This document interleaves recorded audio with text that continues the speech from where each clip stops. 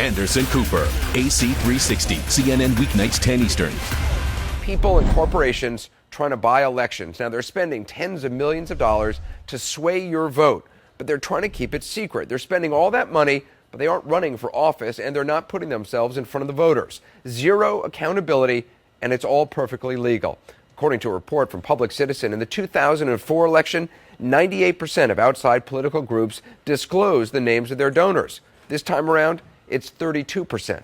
So where is the money going? Well, in a lot of cases, to fund ads for candidates around the country. Here's one new ad that popped up in West Virginia. I happen to have been an early supporter of Barack Obama. I campaigned with him in the hills of West Virginia. And I proudly chaired the Arab Americans for Obama campaign, a nationwide group dedicated to mobilizing Arab Americans and bringing light to those issues we care about.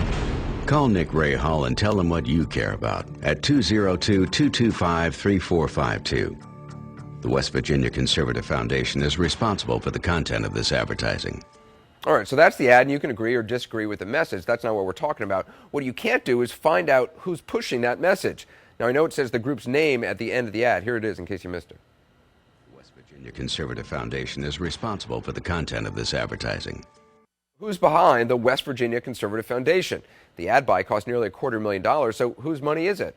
Well, we put a team of staffers and interns on it today to try to find out. First thing we wanted to know is the group affiliated with Congressman Ray Hall's challenger, Spike Maynard. We called his campaign. This is Ann Clifford calling from CNN's AC 360. I was wondering if I could speak with Mr. Carpenter.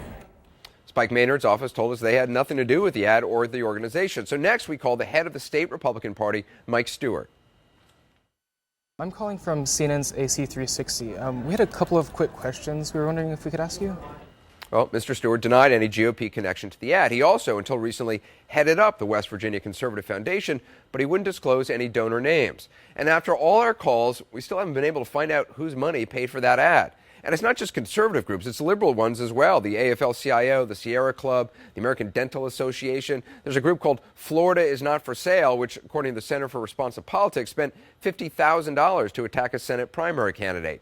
According to the Washington Post, outside groups have spent $80 million so far in this campaign. That's 5 times greater than it was for the 2006 midterms, and the campaign's not over yet. And there's a huge loophole. These groups only have to start reporting buys within 30 days of a primary and 60 days of the general election, meaning none of the money spent before that, none of it gets reported. So why can these groups now spend virtually unlimited money from individuals, from unions, from corporations?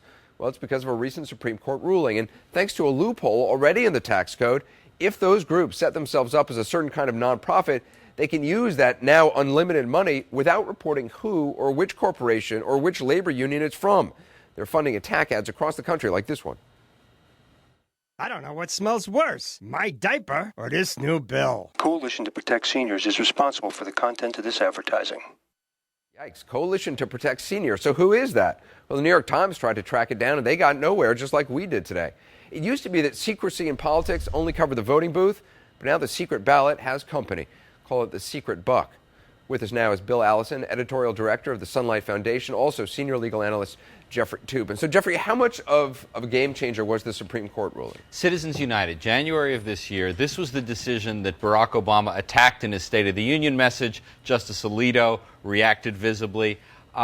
Basically, what this decision said is that corporations, labor unions, organizations have free rein to spend as much money as they want, and reporting restrictions are very much not included in that either. So it really, Citizens United opened this wide up.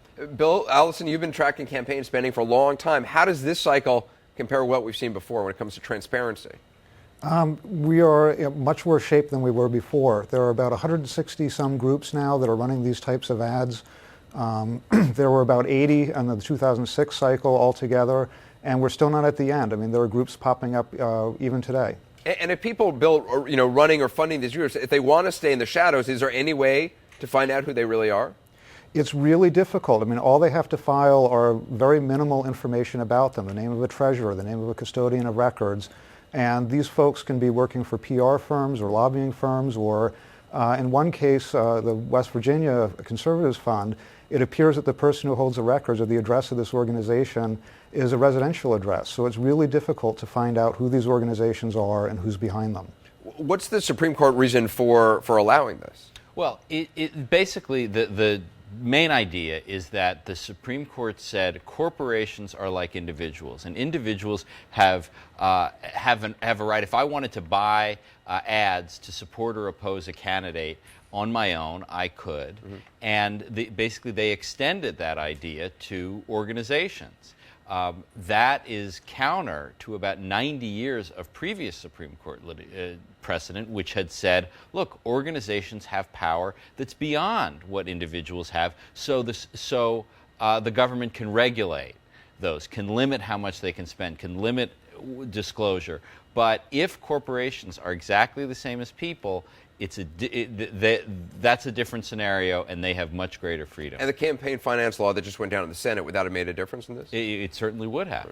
That was the fix that President Obama was talking about in the State of the Union address when he got into a confrontation with the Supreme Court. It got more than a majority in the Senate, but it was filibustered, and so it would have had some more disclosure requirements, but not as much as the old law, but it lost. You know, Bill, there's some people going to be sitting at home saying, well, look, what's the big deal? I mean, why does this really matter? I think what is really difficult, if you look at that Nick Rahal ad that you began the piece with, you have no idea who's paying for that. Now, that may be somebody who's concerned about support for Arab Americans or running this particular committee for Barack Obama. It could be somebody who's upset about Nick Rahal because of his work on coal mining legislation. If the voters don't know who's paying for the ad, it's very hard to be skeptical. It's very hard to say, I'm going to, caveat voter. I'm going to, take a close look at this and maybe take this with a grain of salt. It also seems now a trend. You have a lot of money starting to move from political parties, which have to report its donors, to these outside groups, which don't have to. And what does it mean looking ahead for this next presidential election? Well, I think the real question is what is going to happen. I mean, we don't know if the Disclose Act is going to be passed. Even if it is passed, it's going to take the FEC some time to set up the mechanisms to report all this money, and you may go into 2012 flying completely blind about these different groups. And if you look at what's happening in this election, you have these groups. There's American Crossroads and Crossroads GPS. These are all set up by Friends of Karl Rove, Republican operatives, and they're almost functioning as a shadow Republican Party. And the difference is, unlike the Republican Party, they don't have to say who's paying the freight for these ads. Can foreigners, buy ads and do this? Or could a foreigner set up a group? Right now, that's something that I believe campaign finance law still bars. But the problem with a lot of these organizations is, especially the C4s, we really don't know who the donors are, and it's entirely possible that foreign money could get in or be, come through a couple of different channels, maybe with a second party donor. It makes it really hard to follow the money and know who's giving what.